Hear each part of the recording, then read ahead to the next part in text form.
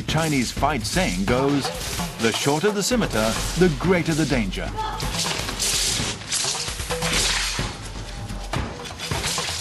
Guandao is classified as a scimitar-style Kung Fu. However, it is very different from using a scimitar. The Guandao itself is a long, heavy weapon requiring great strength to wield effectively. Good Guandao fighters need to be powerful.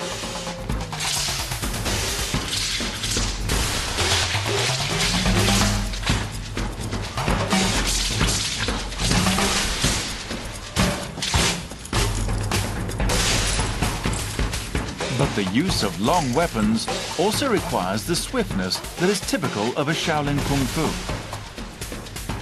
Since using the tip of the spear is the only way to win, it is necessary to maintain distance from the opponent.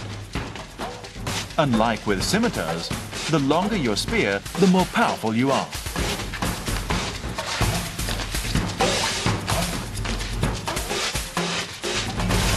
But Shaolin's most famous weapon is the stick.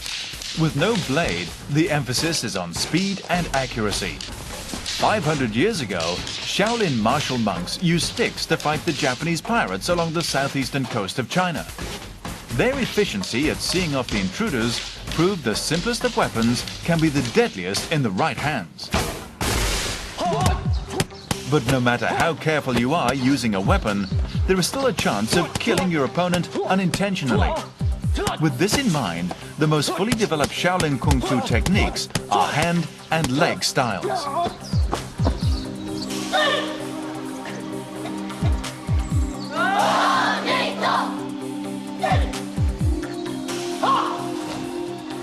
Shaohong combat technique is one of the most renowned, and all novice Kung Fu devotees must learn it. This technique incorporates features of all styles of Shaolin combat, and once mastered, forms a strong basis on which to build.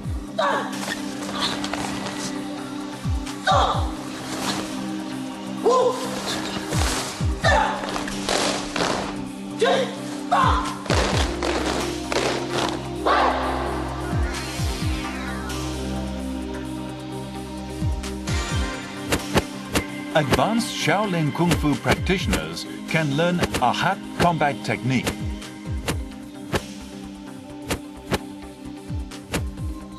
This technique, also needing immense energy, features wide-angle movements. It takes careful coordination between steps and strike patterns requiring fast actions of the upper body, using fists and palms to fight.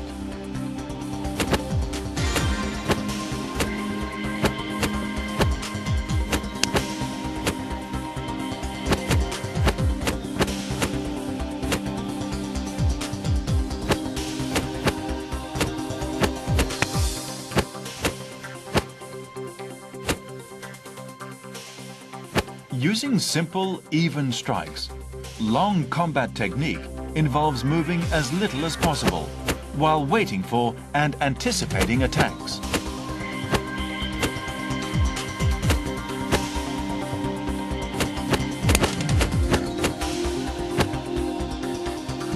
This highly advanced combat technique demands at least 10 years Kung Fu experience before it can be attempted.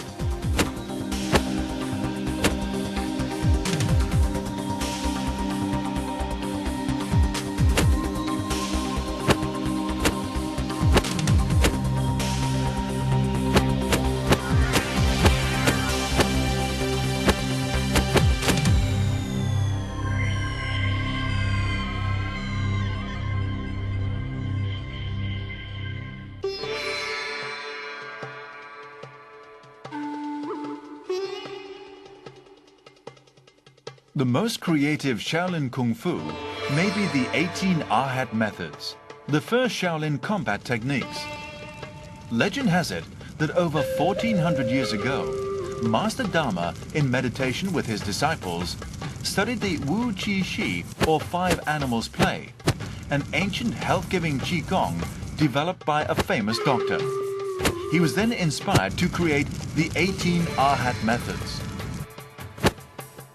The five animals play is a kind of Qigong that imitates the breathing and motions of 5 long-lived animals: the bear, crane, ape, tiger, and deer, aiming to provide longevity. Master Dharma formulated the 18 Arhat methods on a mountain ledge less than 10 feet wide, outside the cave where he meditated. One of the methods, the white crane airs its wings, imitates the flight of a white crane. The principles of this combat technique influenced later generations all over China to create techniques based on the characteristics of many other animals. Survival of the fittest, the principle of the wild, encouraged devotees to learn the skills each animal used to survive in its habitat.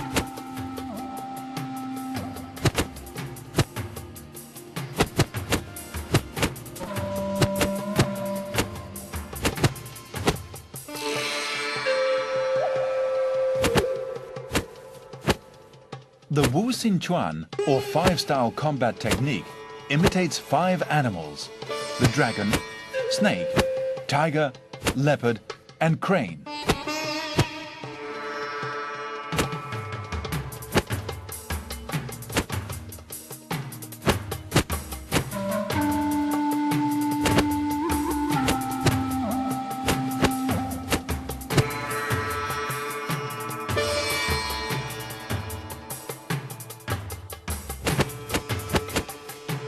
Gao Xin Chuan, or dog style, is inspired by the way a dog attacks the lower body.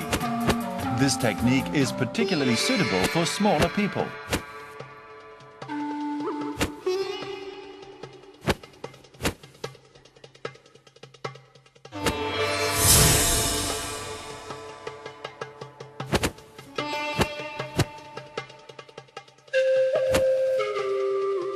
Then there is Yin Jiao Gong, the eagle's claw, which imitates the fierceness of an eagle, as well as its predatory skills.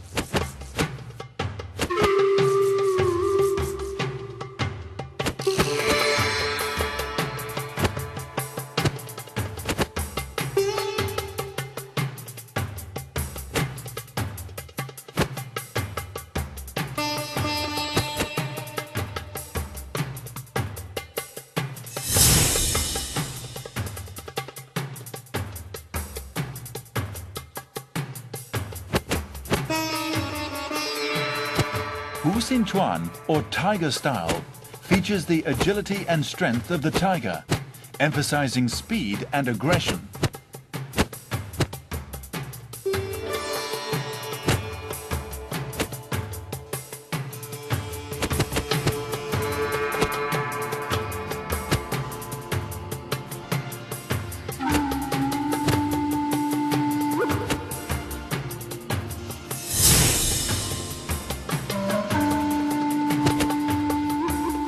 This is Hao Xin Chuan, or monkey style.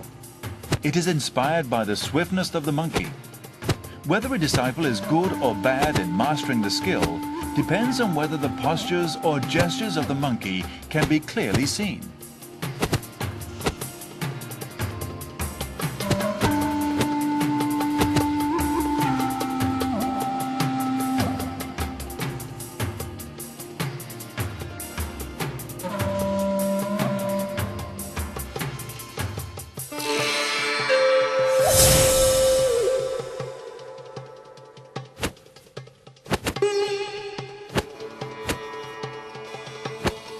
Tanglang Chuan, or mantis style, demonstrates the aggressiveness and explosive grace of the mantis.